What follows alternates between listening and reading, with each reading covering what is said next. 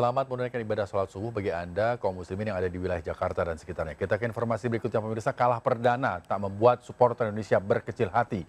Para pendukung timnas tetap optimis mendukung timnas dan berharap JIZ dan kawan-kawan bisa bangkit di laga selanjutnya. Dan berikut laporan Ayah Nufus dari acara Nobar PSSI di Stadion GBK Jakarta.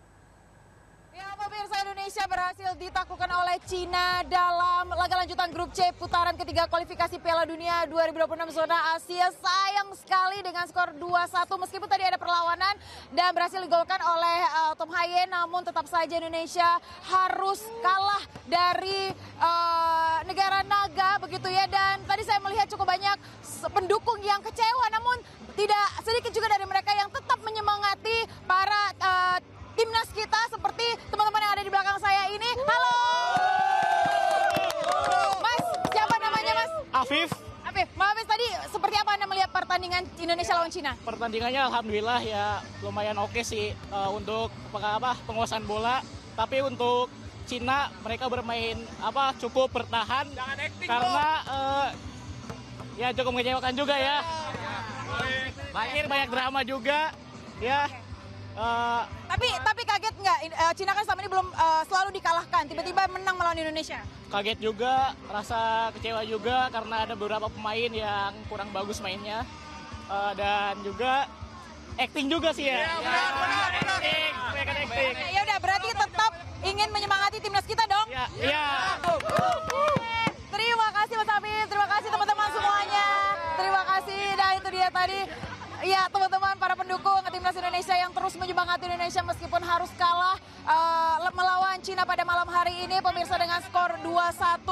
Namun pertandingan tadi cukup memukau dan membuat para pendukung ini jantungan ya. Dan kita akan nantikan laga selanjutnya di kualifikasi Piala Dunia. Dari Jakarta, saya Ayah Nufus, Rizky Julianto, iNews melaporkan.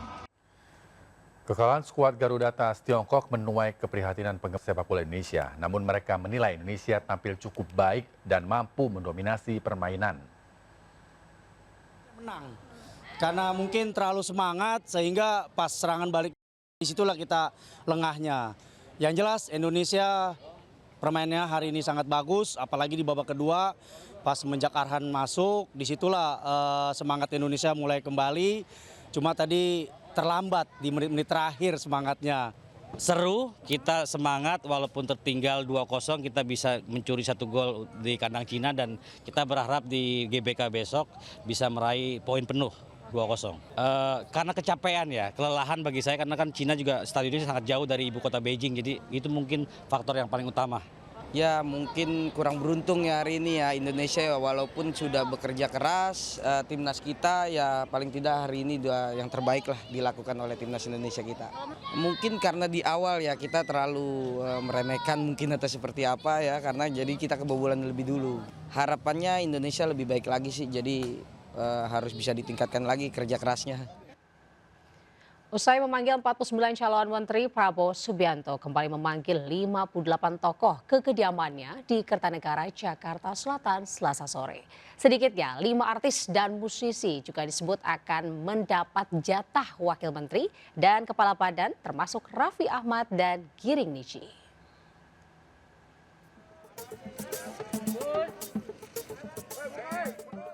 Usai memanggil calon menteri, Prabowo Subianto kini memanggil 58 calon wakil menteri dan kepala badan di Kertanegara Kebayoran, Jakarta Selatan.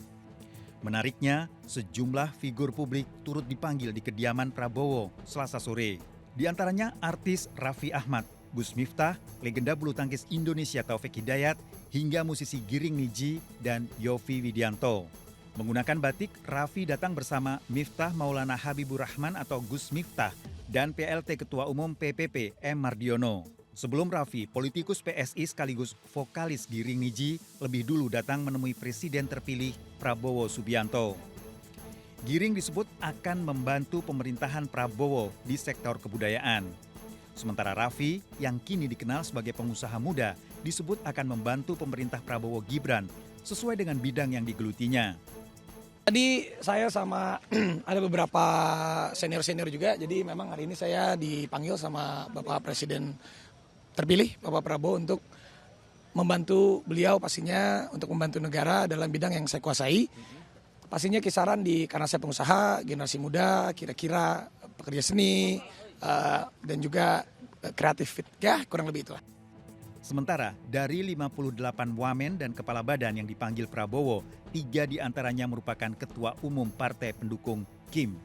6 politikus Gerindra disebut paling banyak mendapatkan jatah kursi wamen atau kepala badan. Di antara 4 partai lain, yakni Golkar, PAN, PSI, dan Demokrat. 7 wajah lama wamen Kabinet Indonesia Maju dan Menkominfo Budi Ari juga turut dipanggil Prabowo. Seperti di hari pertama pemanggilan calon menteri, Prabowo kembali memanggil lebih banyak kalangan profesional untuk mengisi kursi kabinet. Sedikitnya ada 20 kalangan profesional dan 6 relawan TKN Prabowo Gibran yang akan mendapat jatah kursi di kabinet pemerintah baru. Tim Liputan iNews melaporkan. Sejumlah tokoh perempuan dipanggil Presiden terpilih Prabowo Subianto ke kediamannya di Kertanegara. Banyak di antaranya adalah wajah baru dalam pemerintahan. Namun ada satu sosok yang lama dikenal publik di kabinet. Siapa dia? Berikut liputannya untuk Anda.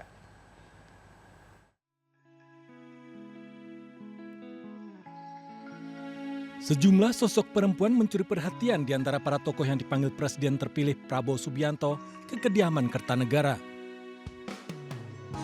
Sosok tokoh perempuan pertama adalah Sekretaris Pengurus Pusat Nahdlatul Ulama, Arifah Hoiri Fauzi. Nanti biar Bapak Prabowo aja yang menjelaskan. Tapi kayak tadi cukup lama Bu, 15 menit itu kira-kira ditanya apa aja Bu? Sedikit aja Bu. Nanti biar Bapak Prabowo aja yang jawab. Selain Arifah Hoiri Fauzi, nampak pula sosok pengusaha muda Widianti Putri Wardana yang turut hadir ke kediaman Prabowo di Kertanegara. Tokoh perempuan berikutnya adalah penjabat Gubernur Papua Tengah, Ripka Haluk, yang mengaku siap mengemban tugas dari Presiden terpilih Prabowo Subianto. Pak Prabowo pesan apa aja kepadanya? Oh iya, pertama Ibu menyampaikan terima kasih untuk kepercayaan dari Bapak Prabowo kepada saya untuk membantu beserta di dalam kabinet beliau. Rencananya mengisi kabinet apa, mengisi menteri apa? Spesifiknya belum bisa kami sampaikan nanti setelah diumumkan. Kejutan datang dengan kehadiran Veronica Tan. Mantan istri Basuki Cahayapurnama atau Ahok ini juga menyampaikan kesiapannya membantu pemerintahan Prabowo Gibran. Hari ini saya baru dipanggil oleh Pak Teddy untuk bertemu dengan Pak Presiden, Pak Prabowo. Ya, semoga saya bisa melayani masyarakat untuk kedepannya. Tapi untuk semuanya saya masih menunggu Pak Presiden yang mengumumkan. Hadir pula mantan Ketua Komisi 1 DPR RI, Mutia Hafid. Tadi saya diundang setengah jam lalu, jadi baru banget diundangnya, kemudian datang dan diskusi sedikit terkait tugas-tugas yang memang sudah menjadi bidang saya. Itu saja mungkin beliau mengajak kemudian memperkuat tim beliau. Selain keempat tokoh perempuan calon menteri tersebut, ada satu wajah lama, Menteri Keuangan Sri Mulyani. Kedatangannya semakin menegaskan Prabowo kembali memintanya mengisi jabatan Menteri Keuangan. Presiden Joko Widodo mengganti Budi Gunawan dari jabatannya sebagai Kepala Badan Intelijen Negara atau BIN.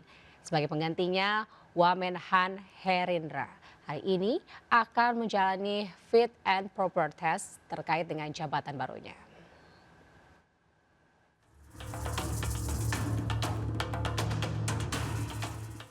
Jelang pelantikan Presiden terpilih Prabowo Subianto, sejumlah tokoh dan pejabat didapuk mengisi posisi strategis.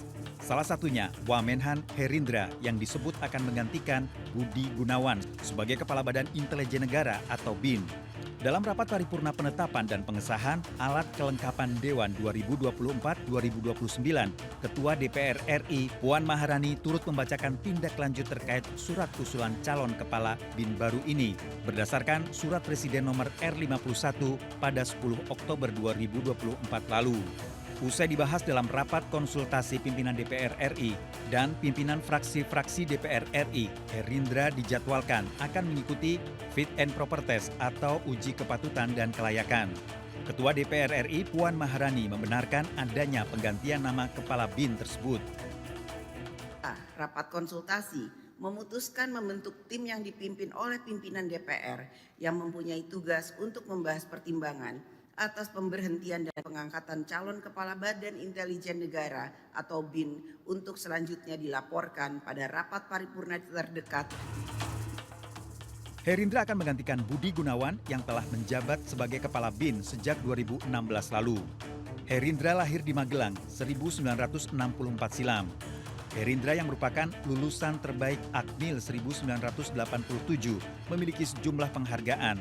Salah satunya Adi Makayasa yang berpengalaman dalam bidang infanteri sekaligus meraih Trisakti Wiratama. Sebelum menjadi sebagai Wamenhan di Kabinet Jokowi, Gerindra juga memiliki karir militer yang banyak dihabiskan di Korps Baret Merah atau Kopassus. Karir militer Gerindra sebelumnya bahkan terus menanjak hingga memperoleh pangkat bintang 1 sebagai Irjen Mabes TNI dan menjabat Kasum TNI menggantikan Legend TNI Joni Supriyanto. Gerindra Senin lalu juga turut dipanggil calon presiden terpilih Prabowo ke kediamannya di Kertanegara. Dari Jakarta, Stephen Patinama dan Auliasyah melaporkan. Pemirsa, hari-hari terakhir kepemimpinan Presiden Joko Widodo, tingkat kepuasan publik masih tinggi, lebih dari 80%. Namun jika dilihat dari perspektif Capres 2024, 57,6% yang mayoritas memilih Anies Muhaimin justru merasa tidak puas.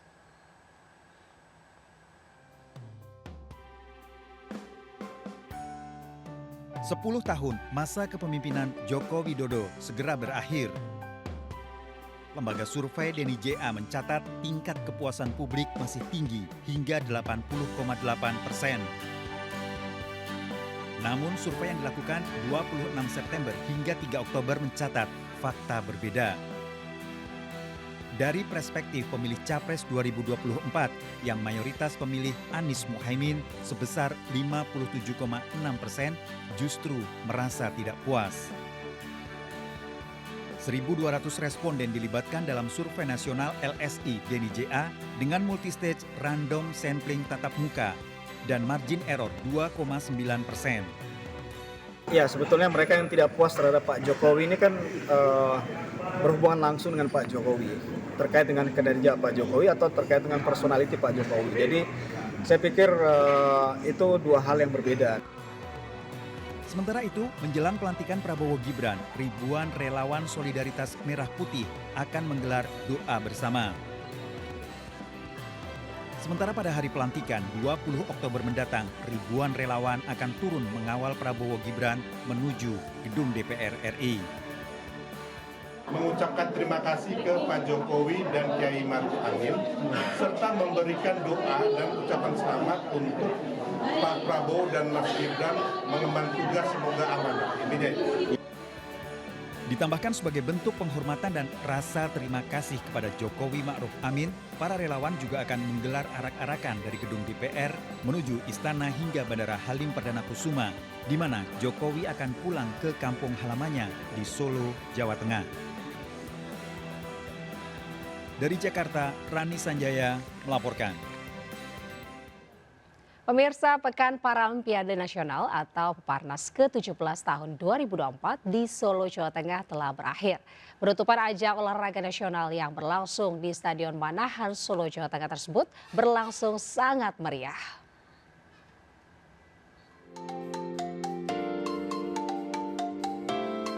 Setelah dihelat selama 7 hari, Pekan Paralimpiade Nasional Peparnas ke-17 tahun 2024 resmi berakhir dan mendapat apresiasi dari Menpora Dito Aryo Tejo. Acara penutupan ajang olahraga terbesar bagi atlet difabel di Indonesia yang berlangsung di Stadion Manahan Solo ini turut dihadiri sejumlah pejabat negara, salah satunya Wakil Ketua Satgas PON Peparnas 2024 yang juga Wakil Menteri Pariwisata dan Ekonomi Kreatif, Angela Tanu Sudibyo. Upacara penutupan yang bertajuk Harmoni Kaleidoskopis ini berlangsung meriah dengan beragam hiburan menarik, namun tetap mengusung semangat inklusivitas, solidaritas, dan integritas sebagai momentum rasa cinta terhadap kemanusiaan.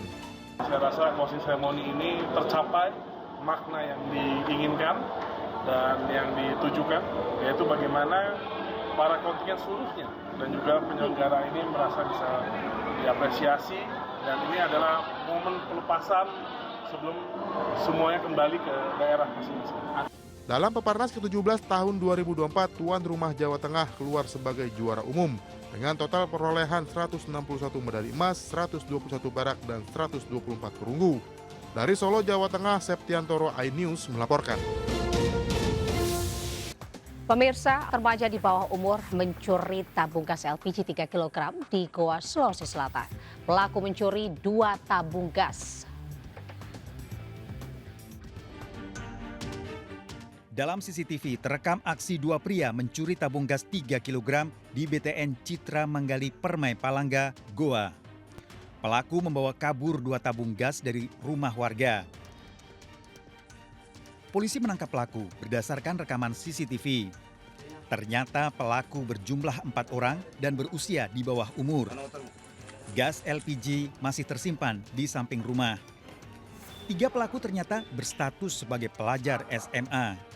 Itu yang tergambar dari hasil penyelidikan kami.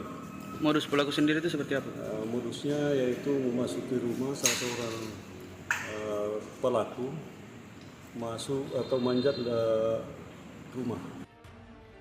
Keempat tersangka terancam hukuman 7 tahun penjara dijerat pasal pencurian. Dari Goa, Sulawesi Selatan, Bukma melaporkan. Pemirsa, 4 warga Sumatera Barat yang bermukim di Lebanon tiba di tanah air. 3 diantaranya merupakan ibu dan anak yang terpaksa meninggalkan kepala rumah tangga mereka di tanah kelahirannya.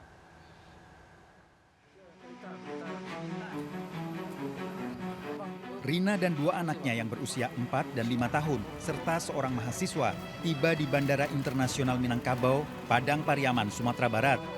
Keempat warga negara Indonesia ini dievakuasi dari Lebanon melalui Yordania. Kedatangan WNI yang bermukim di Lebanon ini disambut keluarga dan PLT Gubernur Sumatera Barat. Rina terpaksa meninggalkan sang suami yang merupakan warga negara Lebanon karena masih harus bekerja. Menurut Rina, wilayah tempatnya tinggal bersama keluarga kecilnya masih dalam zona aman. Namun dentuman roket terdengar jelas tiap tengah malam hingga subuh. Kalau di daerah saya yang tempat saya tinggal sebenarnya masih tergolong aman.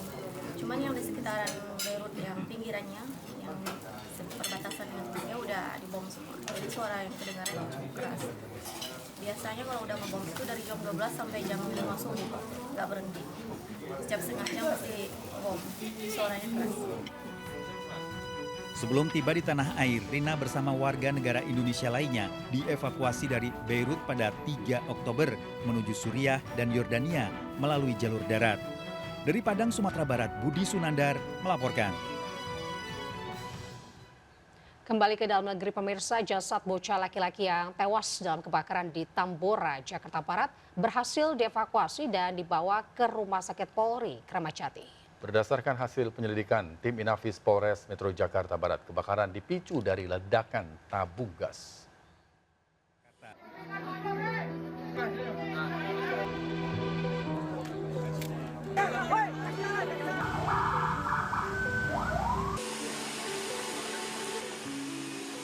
Orang tua Raihan tidak kuasa menahan tangis saat menunggu jasad anaknya di Rumah Sakit Polri Kramat Jati, Jakarta. Bocah berusia 7 tahun itu merupakan korban kebakaran di Kali Anyar, Tambora, Jakarta Barat yang terakhir dievakuasi dari lantai 3 rumah. Sebelumnya jasad sang nenek, Sriani, 66 tahun, lebih dulu dievakuasi. Total ada 5 korban tewas yang terdiri dari 2 keluarga dalam kebakaran yang terjadi pada Selasa dini hari. 1 keluarga lain yang tewas adalah Arianti, 40 tahun, yang merupakan orang tua tunggal. Jasad Arianti ditemukan sedang berpelukan dengan 2 anaknya yang berusia 13 dan 12 tahun. Sementara dari hasil olah TKP tim Inafis Polres Metro Jakarta Barat, kebakaran dipicu dari ledakan tabung gas di salah satu rumah. Padatnya bangunan semi permanen membuat api cepat membesar. Dari hasil penyelidikan dilakukan oleh tim Inafis, bahwa memang diduga ada ledakan dari tabung gas LPG milik salah satu rumah warga yang meledak sehingga mengakibatkan terjadinya percikan api dan terjadi kebakaran. Selain menewaskan 5 warga, kebakaran hebat di kawasan Kalianyar Tambora menghanguskan 40 rumah. Para korban tewas terjebak di dalam rumah karena saat kebakaran terjadi sedang tertidur. Dari Jakarta, Rio Manik melaporkan. 246 warga asing terjaring razia yang dilaksanakan serentak di wilayah Jawa Tengah. Mayoritas WNA yang melanggar tidak mengantongi izin kerja di Indonesia.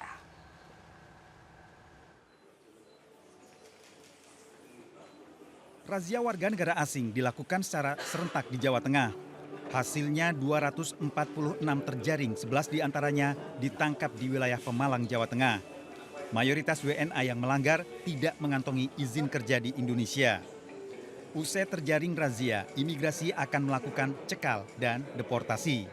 Itu tadi atas dasar laporan dari warga yang berkonsensi akan mengganggu ketertiban umum, membuat keresahan di lingkungan warga. Kantor Imigrasi Kelas 1 khusus non-TPI Jakarta Selatan mengadakan sosialisasi terkait Golden Visa serta kebijakan izin tinggal di kawasan Setiabudi, Jakarta Selatan. Golden Visa bisa diberikan untuk menarik para investor asing menanamkan modalnya di Indonesia.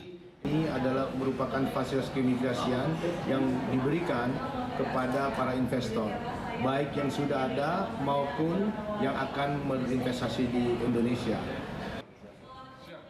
Kebijakan Golden Visa diluncurkan oleh Presiden Joko Widodo pada tanggal 27 Juli lalu. Dari Jakarta dan Pemalang, tim liputan melaporkan. Pemirsa, berbagai kegiatan digelar sebagai kampanye peduli lingkungan dan kehidupan berkelanjutan. Selain konser musik, digelar pula workshop daur ulang barang bekas plastik yang diolah menjadi aneka barang jadi.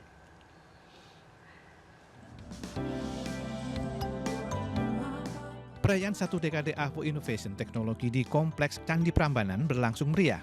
Dihadiri ribuan pengunjung AVO Restation 2024 menghadirkan konser musik dengan performa sejumlah artis nasional.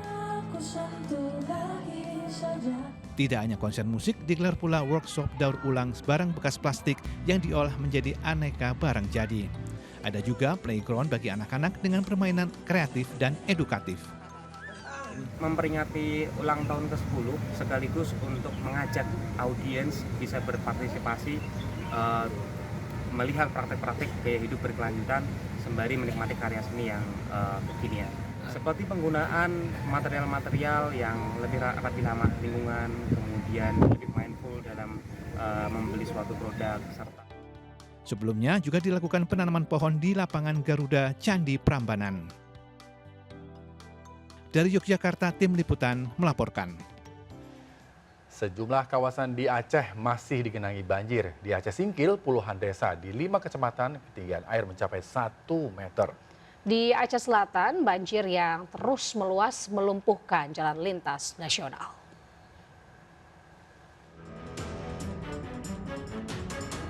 Warga Desa Ladang Rimba, Kecamatan Trumon Tengah, Aceh Selatan, terpaksa naik perahu rakit agar tetap bisa beraktivitas.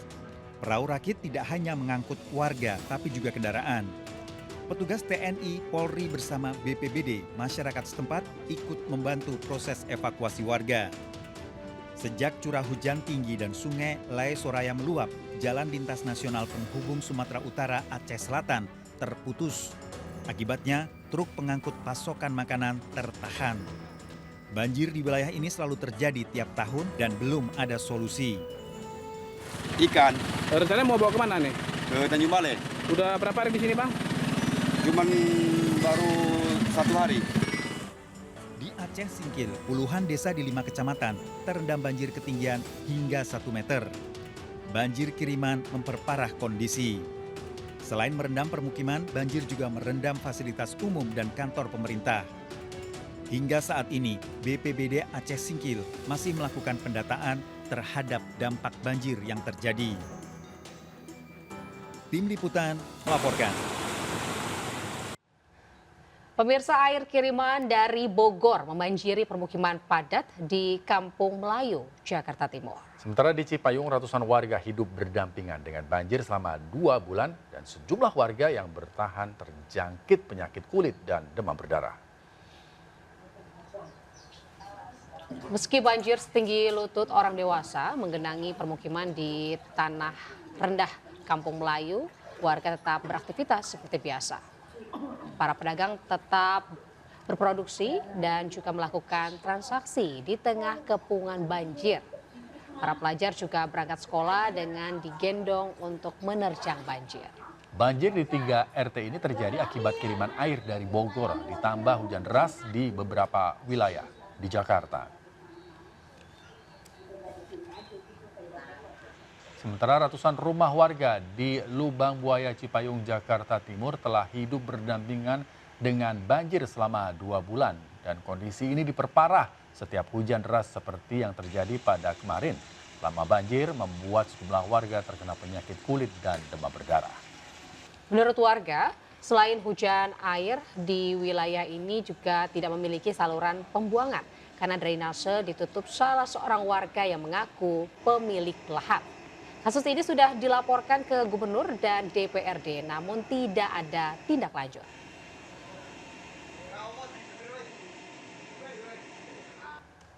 Pemirsa, hujan deras disertai angin kencang terjadi di beberapa wilayah. Di Jakarta, pemirsa, pohon mangga setinggi 10 meter tumbang dan menimpa 14 kendaraan. Sementara itu di Sleman, Yogyakarta, Rizky dan juga pemirsa, ini puluhan pohon dan reklame tumbang menimpa rumah, gerobak pedagang hingga mobil.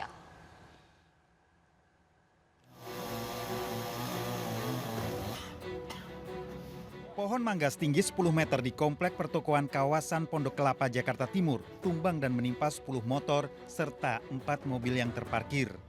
Pohon tumbang saat hujan deras disertai angin kencang terjadi pada Selasa sore. Pohon juga menimpa kabel listrik. Belum diketahui jenis kerusakan pada kendaraan warga. Petugas damkar butuh waktu ekstra untuk mengevakuasi sempalan pohon agar tidak mengenai kendaraan di bawahnya. Ketika angin kencang, mati lampu menurut informasi dari yang dekat sini. Keluar itu pohon langsung rubuh. Penyebabnya itu tadi katanya angin kencang. Nah, untuk korban sendiri yaitu menimpa kurang lebih ada 10 unit sepeda motor dan 4 unit kendaraan roda 4. Di Sleman, Yogyakarta, puluhan pohon tumbang menimpa sejumlah rumah, gerobak dagangan dan mobil di 8 wilayah. Puluhan baliho dan papan reklame yang berada di jalan Jogja Solo juga rusak. Warga dibantu relawan dan tim Direktorat Samapta Polda Daerah Istimewa Yogyakarta membersihkan puing-puing pohon tumbang. Tidak ada korban dalam peristiwa ini. Tim Liputan melaporkan. Ratusan tenaga kesehatan ngamuk di kantor Badan Kepegawaian Daerah di Kabupaten Muna, Sulawesi Tenggara pada Senin siang. Ya, tercatat ada 426 tenaga kesehatan honorer yang tidak terdaftar di Badan Kepegawaian Negara.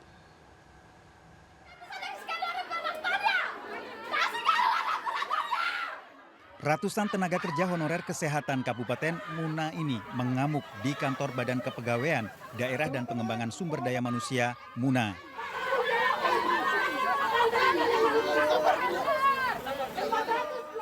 Mereka menuntut keadilan karena 426 nama hilang dalam penerimaan pegawai pemerintah dengan perjanjian kerja 2024. Padahal terdaftar dalam pendaftaran prafinalisasi 2022.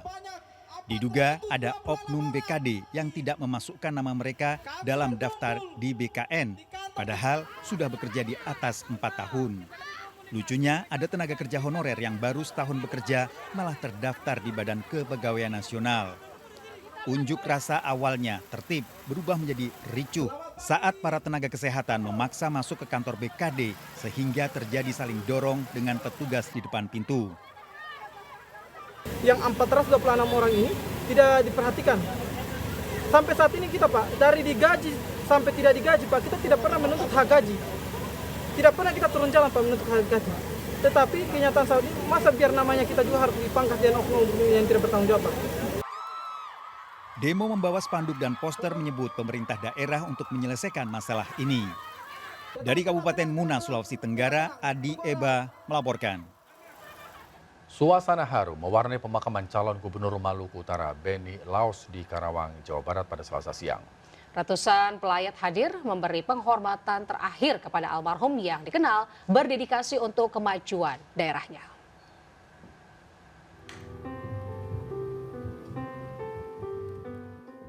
Benny Laos adalah politikus dan pengusaha sukses yang tajir. Calon gubernur Maluku Utara tewas saat kampanye dalam insiden terbakarnya kapal speedboat di Tali Abu, Maluku Utara, Sabtu pekan lalu.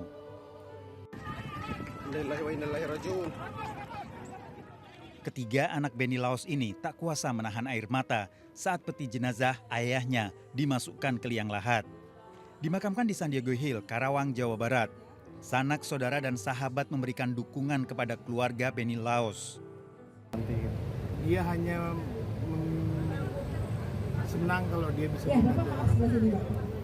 Dia hanya memikirkan bagaimana caranya membantu orang. Terakhir komunikasi Mas Anang kapan? Seminggu 2 minggu yang lalu. Minggu yang lalu kan masih komunikasi chat. Turut hadir mantan Wakapolri Nana Sujana, PJ Gubernur Maluku Utara, dan sejumlah artis tanah air. Dari Karawang, Jawa Barat, Rudi Setiawan melaporkan.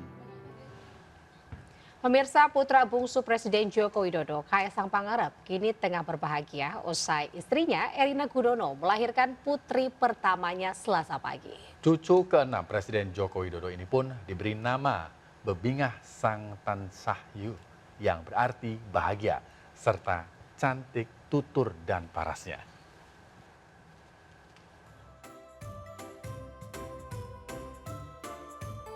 Di akun story IG-nya, istri Kaisang Pangarep, Erina Gudono, membagikan momen kebahagiaannya usai melahirkan putri pertamanya. Menyambut kelahiran Bebingah Sang Tansahyu, Kaisang memberi hadiah bakar bunga bernuansa pink yang disimpan Erina di ruang persalinan RSU Bunda Jakarta. Nama Bebingah Sang Tansahyu yang disiapkan Erina berasal dari bahasa Jawa yang berarti selalu bahagia dan cantik dalam tutur dan parasnya. Putri dari Kaisang dan Erina ini menjadi cucu ke-6 dari Presiden Jokowi. Bebingah itu yang membuat bahagia. Sang Tansahyu itu dialah yang selalu cantik dalam tutur kata, paras, semuanya. Dan saya kangen anak saya. Bahasa Jawa yang buat istri saya. Nama semua dari istri saya. Kelahiran cucu ke-6 Jokowi ini didampingi Iriana Jokowi dan ibu mertua Kaisang, Sofiatun Gudono. Dari Jakarta, Giselia Nurahma, Bagus Prasetya melaporkan. Bersama Meet and Greet bersama para bintang Liga 1 Indonesia tentu menjadi momen spesial dan berkesan. Ya, acara makin informatif lewat talk show soal investasi bersama profesional dan juga influencer.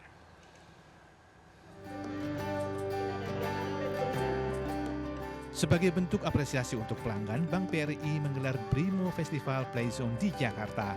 Acara dibuka dengan sesi Meet and Greet bersama pemain BRI Liga 1 seperti Ryuji Utomo dan Deddy Kusnandar. Acara makin informatif lewat talk show bersama Direktur Retail Funding and Distribution BRI Andrianto serta influencer Raymond Chin. Baik menggunakan kartu debitnya, menggunakan kartu kredit. Jadi tahun ini kami sangat memanjakan para nasabah untuk bisa mendapatkan sesuatu yang baik yang dari program Berbagai fitur di Super Apps Brimo diharapkan bisa melengkapi ekspektasi para pengguna. Dari Jakarta, Syahreza Sanski dan Muhammad Khairuddin melaporkan.